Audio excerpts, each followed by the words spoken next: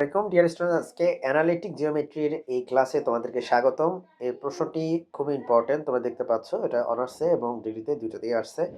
সেখানে আমাদেরকে বলছে যে X comma Y comma Z তিনটা সংখ্যাই যদি আমাদের জিরো থেকে বড় হয় এবং X plus Y plus Z যদি আমাদের ইকুয়াল টু ওয়ান হয়, সেক্ষেত্রে আমাদেরকে এটা দেখাতে হবে। তবে এই একই জিনিসটা দেখো, এক্স ওয়াই জেড দিয়ে না লিখে ওরা এবিসি দিয়েও লিখতে পারে পরীক্ষায়। সো যেভাবে আসুক একই কথা, এক্স ওয়াই জেড দিয়ে লিখলেও যে কথা, এবিসি দিয়ে লিখলেও একই কথা। তো এই প্রমাণটা শুরু করব আমরা এমন একটা জায়গা থেকে, যেটাকে আমরা বলি যে এটা একটা আসলে বেসিক ফর্মুলা। সেটা হচ্ছে অ্যালজেব্রিক মিন সবসময় জিওমেট্রিক মিনের থেকে হয় বড়, নাহলে তার সমান হয়। ঠিক আছে, সো এই লাইনটা থেকে আমরা শুরু করবো। তাহলে আমরা লিখি যে আমরা জানি যে অ্যারিথমেটিক মিন, আমি অ্যালজেব্রিক বলছি ভুলে, sorry, arithmetic mean is greater than or equal to geometric mean, not algebraic, এটা arithmetic. Okay, arithmetic arithmetic mean. আর এই জিএম বলতে বোঝায় geometric mean, geometric mean. Okay, so এটা একটাকে বলা হতে পারে যে পাটিগণিতের হচ্ছে গড়, পাটিগণিতিক গড় এরকম বলতে পারো, আর এটাকে বলতে পারো জ্যামিতিক গড়। সো দেখো, অ্যারিথমেটিক মিন কেমনে বের করে জানো?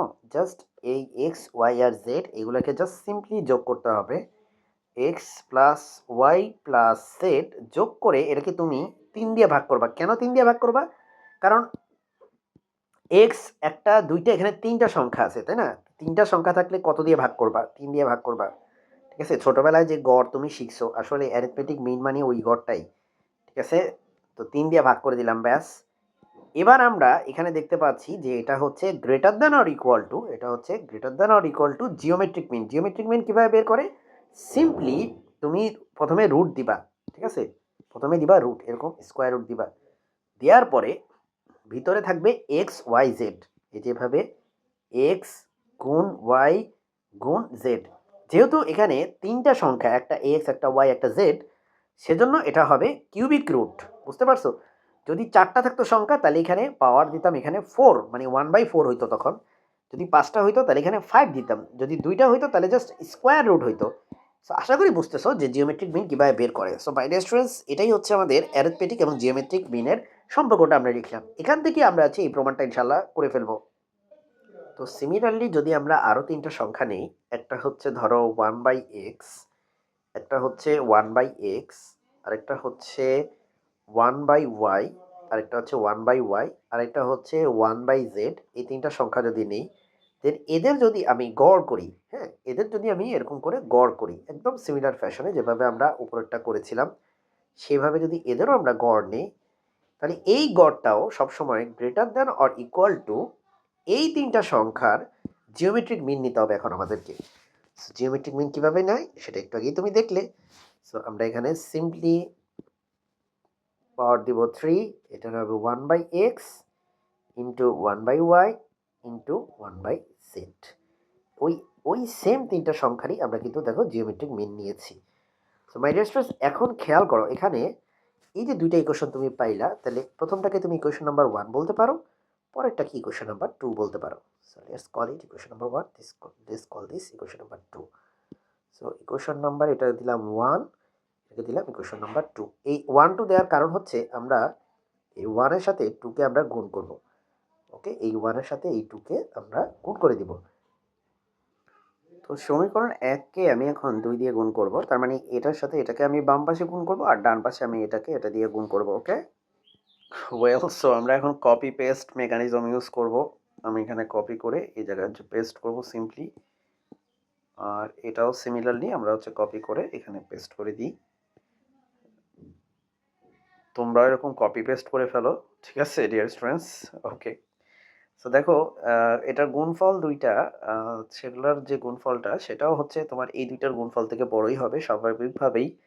সো আমরা যদি যে কোনো একটা কপি করি, ধরো এটা কপি করলাম, greater than or equal to, okay, সেটা হচ্ছে এই যে এই জিনিসটার এখানে কপি করব রাইট সাইডের, আর এখানে থাকা এই ব্যাপারটাও আমরা হচ্ছে জাস্ট সিম্পলি কপি পেস্ট করব। সো তোমাদের কাছেও যদি কপি পেস্টের ফিচার থাকে করে ফেলো পরীক্ষার খাতায় এভাবে, ঠিক আছে? আদার দেন দ্যাট আর কি আর করবা, কষ্ট করে লেখো আবার। সো এখন আমরা যেটা করব, আমরা এখানে আমাদের একটা ফিচার ইউজ করবো। এখানে দেখো আমাদের এখানে দেওয়াই ছিল already X plus Y plus Z equal to হচ্ছে 1।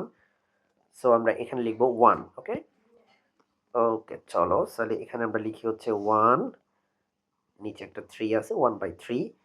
আর মাই রেস্টুরেন্টস এই জায়গাটা এটা কোনো চেঞ্জ আমি করব না, যা আছে একদম হুবহু তাই থাকুক। সো আমি জাস্ট এই জিনিসটা হচ্ছে কপি পেস্ট করবো আবারও, বিকজ যেহেতু আমি কোনো প্রকার চেঞ্জ করতেছি না, সো কপি পেস্ট করাটাই ভালো। ঠিক আছে, আচ্ছা এখানে greater than or equal two, greater than or equal two আছে, ফাইন। এখানে একটা জিনিস খেয়াল করো ডিয়ার স্টুডেন্টস, এই জায়গাটায় এখানে আমরা এই জিনিসটা কি আসলে কীভাবে লিখতে পারি? আমরা চাইলে এভাবে লিখতে পারি না, x y z to the power 1/3, আর এটাকে লিখতে পারি 1/1 x y z to the power 1/3, এভাবে লিখতে পারি। সো ডিয়ার স্টুডেন্টস, এটার বিপরীত রাশি। সো একজন একজনকে ক্যান্সেল করে ফেলে। তোমরা যদি না বুঝতে পারো কীভাবে বিপরীত রাশি, আমি তোমাদেরকে একটু রাফ করে দেখাই। এখানে এক্স ওয়াই জেড আর এখানে 1/xyz দুইটার উপরই পাওয়ার কিন্তু 1/3। সো দুইটার উপরই পাওয়ার 1/3, তার মানে এটাকে যদি কেটে দেয় এখানে থেকে 1-এর উপর পাওয়ার হচ্ছে 1/3, আর আমরা জানি সেটা হচ্ছে 1 হবে। সো বেসিক্যালি আমি যেটা বোঝাতে চাচ্ছি যে এই পুরো জিনিসটা ক্যান্সেল করে আমাদের আসবে শুধুমাত্র 1। ওকে, সো আমাদের লেফট হ্যান্ড সাইডে কোনো প্রকার পরিবর্তন হবে না, আমাদের রাইট হ্যান্ড সাইডে জাস্ট সিম্পলি 1 হবে। সো আমরা যদি সেটা লিখতে চাই, why don't we just copy paste, right? এই পার্টটা পুরোটা তো যেহেতু সেম, কোনো প্রকার চেঞ্জ নাই, সো এই পার্টটা পুরোটাকে আমি কপি পেস্ট করে ফেলতে পারি। ওকে, আর রাইট সাইডে ভাই আমার আছে কত, এই পুরো জিনিসটা ইকুয়াল টু হচ্ছে আমাদের 1 হয়ে যায়। ঠিক আছে, সো আমি সিম্পলি এটা ইকুয়াল টু 1 লিখতেছি। এখন ডিয়ার স্টুডেন্টস, এখানে দেখো 3 আর 3 হচ্ছে 9 হয়। সো এই 9-রে আমি হচ্ছে এদিকে সাপ্লাই দিব, তাহলে কিন্তু আমার ম্যাথটা শেষ। সো আমি যদি বলি যে ওকে আমার এই জিনিসটা ইকুয়াল টু হবে, সো এই জিনিসটা ইকুয়াল টু হবে সিম্পলি 9। কীভাবে 9? ওই যে 3 আর 3 গুণ করলে হয় হচ্ছে 9, তাহলে কিন্তু আমাদের প্রমাণটা কিন্তু শেষ। ঠিক আছে, আমি 9টা আবার একটু লিখি, এই জিনিসটা ইকুয়াল টু হচ্ছে 9, তাহলে কিন্তু আমাদের প্রমাণটা শেষ। সো ডিয়ার স্টুডেন্টস, তোমরা যদি একটু দেখতে চাও যে আসলেই প্রমাণটা হয়েছে কিনা, দেখো এই যে 1/x plus 1/y plus 1/z is greater than or equal two 9। দেখো আমরা কিন্তু সেটাই পেলাম। ও আচ্ছা, আমি এখানে এখনও ভুলে 3 রেখে দিছি। এই 3 আর 3 গুণ করলে তো 9 হয়। সো এই 3 তো আর থাকার কোনো কারণ নাই, কারণ এই 9 কিন্তু ওইদিকে সাপ্লাই দেওয়া হয়েছে। সো এটাকে আমরা জাস্ট ইরেজ করে দিলেই হয়েছে। ঠিক আছে, এই যে আমরা রিমুভ করে দিছি, এই জিনিসটাকে আমরা জাস্ট সিম্পলি এই জায়গায় নিয়ে আসছি, ব্যাস আমাদের কিন্তু প্রমাণ শেষ।